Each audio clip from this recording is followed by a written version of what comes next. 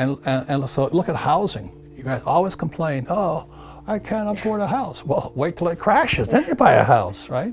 You know, so in 2008, after it crashes, that's when I bought real estate. So right now, look at the stock market, all-time high. Real estate's an all-time high. Your phony education is an all-time high. Look at medical costs at all-time high. And these phony, fake financial planners are telling you to invest for the long term when the market's at all-time high. And what blew it into the bubble was the Fed. The Fed kept printing money, it just kept blowing it in this bubble. So meanwhile, little silver, it's $15 on this chart here. It used to be as high as 50. Do you know? $15 is a joke. So if you hold, and this is not an investment. I'll show you a little about this. I predict, and my predictions are often wrong, that if you buy silver today at 15, in 10 years it'll be worth 100 because they keep burning it up, they keep demanding it. So would you rather save the dollar, which is going down, or save silver, which is going up? I wouldn't diversify. I never, when 72, I met my first financial planner, because the whole story. They told me to diversify. I said, are you nuts? I said, that's called diversify. You buy a little of all this crap, and all of it's paper. Stocks, bonds, mutual funds, ETFs. Even real estate is on, REITs. It's fake real estate. I don't touch this stuff. Now, you should, but I won't. Okay, understand? I'm not saying don't touch it.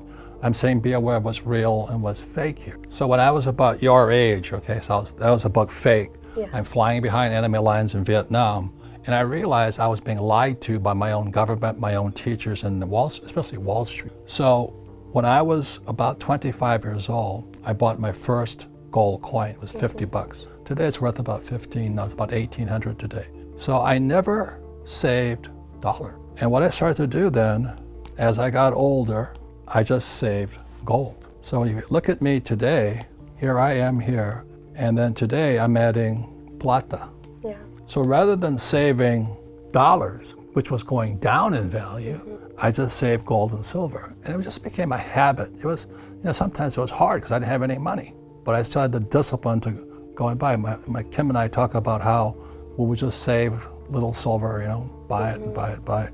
Today we're multi-millionaires in gold and silver. And everybody will tell you, well, that's stupid because they're in the stock market. Well, the stock market's going to crash in a few years anyway.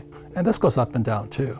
So if I could leave you one more thing like this, is I don't count the price, I count the number of ounces. This is an ounce, approximately, this is approximately an ounce. So I don't care what the price is. All I care is how many ounces. And that's why I'm a rich man. They can take everything away from me. Plata e oro, silver and gold will be here 1,000 years from now, 10,000 years from now, 100,000 years. It'll still be here. I never spend this stuff because that's the basis of my wealth. And I know most of you millennials sit there, yeah, but you have money. I said, I didn't have any money either, but it was just a discipline. Can you afford $20 today? Yeah. Everybody in the world can, but they don't have the discipline. There's one more thing I want to talk to you about, and it goes to this here. This is the cash flow quadrant, okay? When you watch those videos, where was your mind? You have to put your brain into the I quadrant. I've never looked at a job since. Since I came back from Vietnam, I said my life has nothing to do with the E quadrant. I could have got a job flying for the airlines, making $500,000 a year. It's chump change. I've been working for a paycheck and paying taxes. So the other thing here is this. We're going to the next subject. This is the financial statement, which is this game here, the cash flow game. I went to this next on fake teachers. The fake teachers are always what you think here in the income column, working for fake money. That's why they're fake teachers, okay?